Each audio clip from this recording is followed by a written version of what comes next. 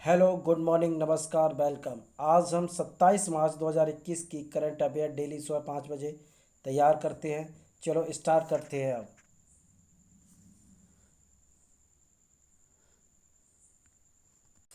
Question number first. Maharashtra सरकार ने हाल ही में किस लीजेंडरी सिंगर को महाराष्ट्र भूषण पुरस्कार 2020 से सम्मानित करने की घोषणा की है? केरल सरकार, गुजरात सरकार, महाराष्ट्र सरकार, पंजाब सरकार। किस सरकार ने की है?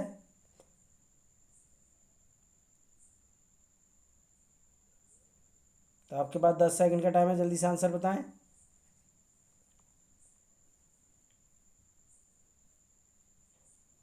तो क्या है आंसर? महाराष्ट्र सरकार ने। महाराष्ट्र सरकार की पुरस्कार समिति की बैठक में हाल ही में लीजेंडरी सिंगर आशा भोसले को महाराष्ट्र भूषण पुरस्कार 2020 से सम्मानित करने की घोषणा की गई है। यह फैसला महाराष्ट्र सीएम उद्धव ठाकरे की बैठक की अध्यक्षता में लिया गया है। Question number second. निम्न में से किस फिल्म को दशक की 40 बेस्ट एक्शन और मार्शल आर्ट एशियन फिल्मों में दूसरी रैंक मिली है? जल्लीकट्टू, मर्द को दर्द नहीं होता, बर्फी, गैंग्स ऑफ वासेपुर। तो आपके पास 10 सेकंड का टाइम है, जल्दी से आंसर बताएं।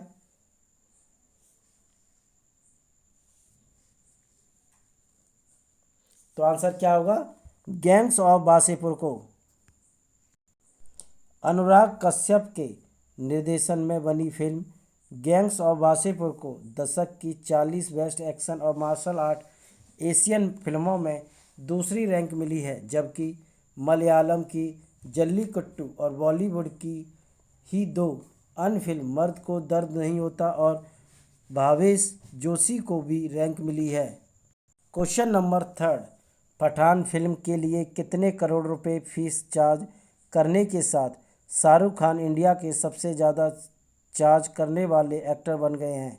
50 करोड़ रुपए, 100 करोड़ रुपए, 150 करोड़ रुपए, 200 करोड़ रुपए। तो आपके पास 10 सेकंड का टाइम है, जल्दी से आंसर बताएं।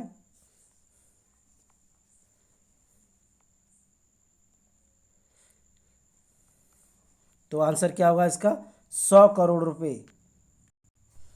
पठान फिल्म के लिए 100 करोड़ रुपए फीस चार्ज करने के साथ शाहरुख खान इंडिया के सबसे ज़्यादा चार्ज करने वाले एक्टर बन गए हैं। यह फिल्म रिवेंज ड्रामा थीम पर आधारित है। इस फिल्म में music director Vishal Shekhar music के लिए री यूनाइट हुए हैं। Question number four. लोकसभा के बाद हाल ही में किसने national bank for financing infrastructure and development bill को पास कर दिया है? NITI Aayog, supreme court, Delhi high court, Rajya Sabha. आपके पास 10 सेकंड का टाइम है, जल्दी से आंसर बताएं।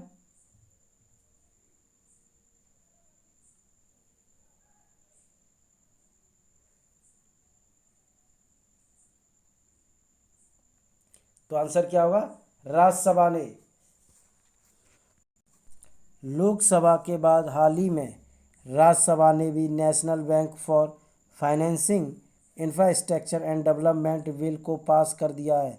अब यह बिल मंजूरी के लिए राष्ट्रपति के पास जाएगा। उसके बाद नेशनल बैंक की स्थापना की प्रक्रिया शुरू हो जाएगी। Question number five. हाल ही में किसने राष्ट्रीय अवसंरचना और विकास वित्त पोषण बैंक विधेयक को मंजूरी दे दी है? Lok Sabha, supreme court, Delhi high court, Rajya Sabha. तो आपके पास 10 सेकंड का समय, जल्दी से आंसर बताएं।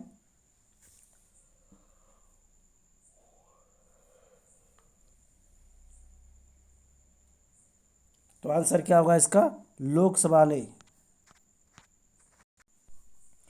लोकसभा ने हाल ही में राष्ट्रीय अवसंरचना और विकास वित्त पोषण बैंक विधेयक को मंजूरी दे दी है, जिसके तहत देश में विकास वित्त संस्थान के गठन का प्रस्ताव किया गया है। साथ ही सरकार ने राष्ट्रीय बुनियादी ढांचा विकास के लिए 7,000 परियोजनाओं की श्रृंखला तैयार की है। Question number six. इनमें से किसने हेक्टेयर में फैला जम्मू कश्मीर में एशिया का सबसे बड़ा ट्यूलिप गार्डन खोला गया है? 10 हेक्टेयर में, 20 हेक्टेयर में, 30 हेक्टेयर में, 40 हेक्टेयर में? तो आपके पास 10 सेकंड का टाइम है, जल्दी से आंसर बताएं।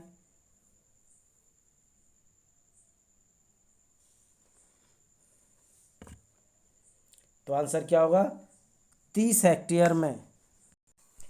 एशिया का सबसे बड़ा ट्यूलिप गार्डन जम्मू कश्मीर में 30 हेक्टेयर में फैला है। हाल ही में खोला गया है। वर्ष 2007 में तत्कालीन मुख्यमंत्री गुलाम नबी आज़ाद की पहल पर कश्मीर घाटी में फूलों की खेती पर्यटन को बढ़ावा देने के उद्देश्य से इसे खोला गया था। क्वेश्चन नंबर 7, केंद्रीय मंत्रिमंडल ने जल संसाधन के क्षेत्र में भारत और किस देश के बीच हुए सहयोग विज्ञापन को मंजूरी दे दी है? ऑस्ट्रेलिया, अफ्रीका, चीन, जापान? तो आपके पास 10 सेकंड का टाइम है, जल्दी से आंसर बताएं।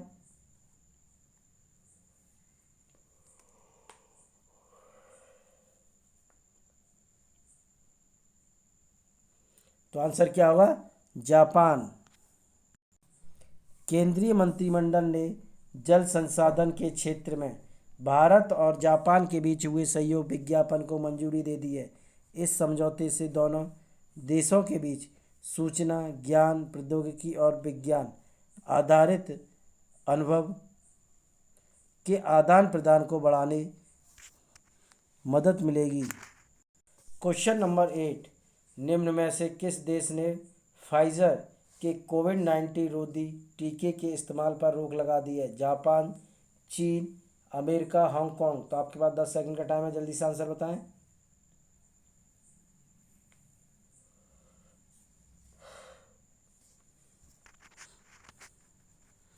तो क्या है आंसर?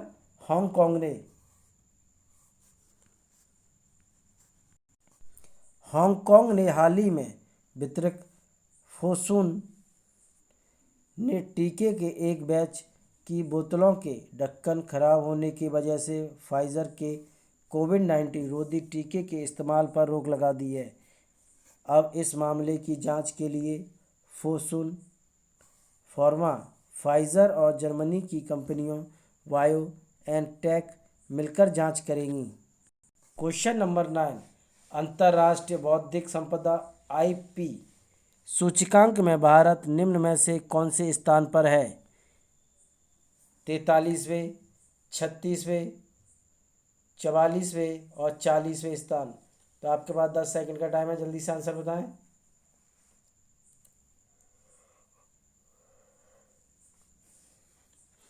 तो क्या है आंसर इसका? 43वें स्थान पर है। तो आंसर क्या है इसका? 40वें स्थान पर है।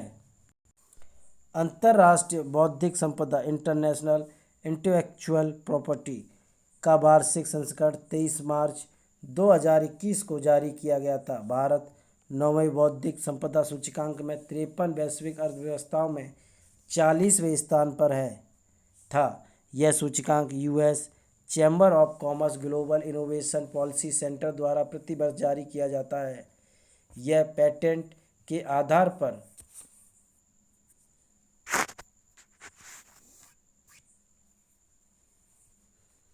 53 वैश्विक अर्थव्यवस्थाओं के बौद्धिक संपदा अधिकारों, आईपी संपत्तियों के व्यवसायीकरण, कॉपीराइट नीतियों और अंतर्राष्ट्रीय व्यापारों के अनुसमर्थन का मूल्यांकन करता है। क्वेश्चन नंबर 10, हाल ही में किस वरिष्ठ साहित्यकार को के बिड़ला फाउंडेशन नई दिल्ली की तरफ से व्यास सम्मान से सम्मानित किया गया है? शरद पगारे, विष्णु प्रभाकर, अजय अग्रवाल, मोहन त्रिपाठी? आपके पास 10 सेकंड का टाइम है, जल्दी से आंसर बताएं।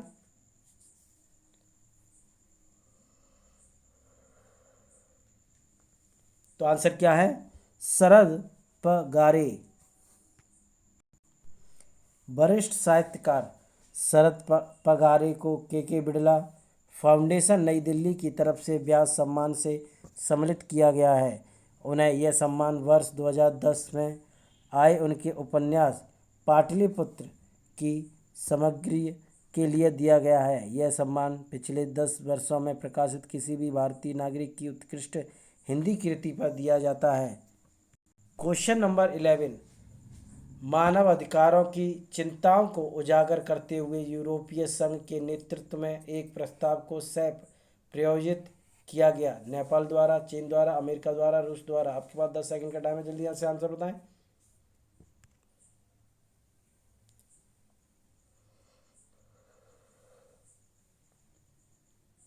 तो आंसर क्या होगा इसका? अमेरिका द्वारा। अमेरिका ने रोहिंग्या सहित म्यांमार में चल रहे मानवाधिकार चिंताओं को उजागर करते हुए यूरोपीय संघ के नेतृत्व में एक प्रस्ताव को सह प्रायोजित किया है। इसने संयुक्त राष्ट्र मानव अधिकार परिषद के 46वें सत्र में 1 फरवरी से किए गए घटनाक्रमों को भी याद किया है। UNHRC एक संयुक्त राष्ट्र संस्था है जो दुनिया भर में मानव अधिकारों को बढ़ावा देती है और उनकी रक्षा करती है। इसमें क्षेत्रीय समूह के आधार पर 3 साल के कार्यालय के लिए चुने गए 47 सदस्य शामिल हैं। Question number 12। केंद्र सरकार ने प्रधान वैज्ञानिक सलाहकार के विजय राघवन का कार्यकाल कितने साल के लिए बढ़ा दिया है? 2 साल, 3 साल, 4 साल, 1 साल। तो आपके पास 10 सेकंड का टाइम है, जल्दी से आंसर बताएं।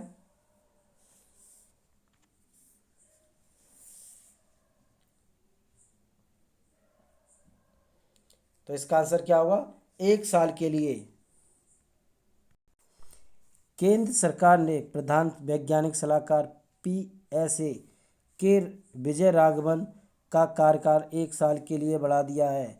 उन्हें जैव प्रौद्योगिकी विभाग के सचिव के रूप में सेवानिवृत्त होने के बाद 2018 में PSA नियुक्त किया गया था। उनका अनुबंध 2 अप्रैल को समाप्त हो रहा है, लेकिन अब इसे अप्रैल 2022 तक बढ़ा दिया गया है। Question number 13। हाल ही में किसने ISSF वर्ल्ड कप में 25 मीटर पिस्टल स्पर्धा में वर्ल्ड पदक जीत लिया है? मनु भाकर, चिंकी यादव, हिना सिद्धू, आपूर्ति चंदेला। तो आपके पास 10 सेकंड का टाइम है, जल्दी से आंसर बताएं।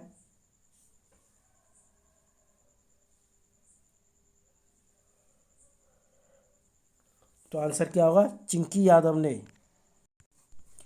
चिंकी यादव ने 24 मार्च 2021 को अनुभवी राई सरनावोत के साथ मनु भाकर को पछाड़ते हुए स्वर्ण पदक जीतने अपने नाम किया है, जिससे भारत ने ISSF विश्व कप की महिला 25 मीटर पिस्टल स्पर्धा में तीनों पदक जीत लिए हैं।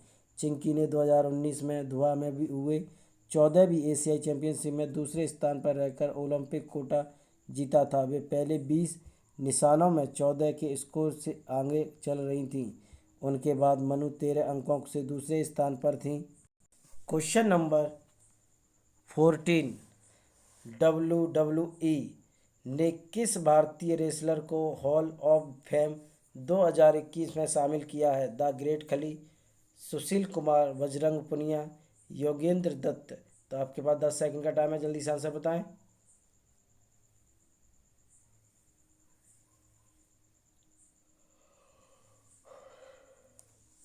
तो आंसर क्या होगा इसका? द ग्रेट खली। WWE के मुताबिक दिलीप सिंह राणा उर्फ द ग्रेट खली को हॉल ऑफ फेम 2021 में शामिल किया जा रहा है। द ग्रेट खली के साथ अंडरटेकर और कैन भी हॉल ऑफ फेम 2021 में शामिल किए जाने की घोषणा की गई है। द ग्रेट खली ने साल 2006 के अप्रैल में स्मैकडाउन में एंट्री की थी। Question number 15। बिजली तथा नवीन एवं नवीकरणीय ऊर्जा मंत्री राजकुमार सिंह ने 24 मार्च 2021 को किस शहर में ग्राम उज्ज्वला योजना लॉन्च की है? दिल्ली, वाराणसी, रांची, पटना। तो आपके पास 10 सेकंड का टाइम है, जल्दी से आंसर बताएं।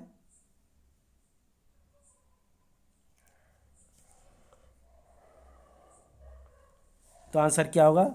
वाराणसी। बिजली तथा नवीकरणीय ऊर्जा मंत्री राजकुमार सिंह ने 24 मार्च 2021 को वाराणसी में ग्राम उज्ज्वला योजना लॉन्च की है। ग्राम उज्ज्वला योजना 10 रुपये में ग्रामीण क्षेत्रों में दुनिया का सबसे सस्ता LED बल्ब प्रदान करती है। इस योजना का कार्बन क्रेडिट के आधार पर वित्त पोषित किया जाता है। इस योजना से ग्रामीण रोजगार के साथ साथ स्थानीय अर्थव्यवस्था को बढ़ावा मिलेगा। यह भारत के गांव का भी उत्थान करेगा और जलवायु परिवर्तन संबंध में योगदान देगा। हमारे चैनल को लाइक शेयर सब्सक्राइब ज़्यादा से ज़्यादा करें। Thank you.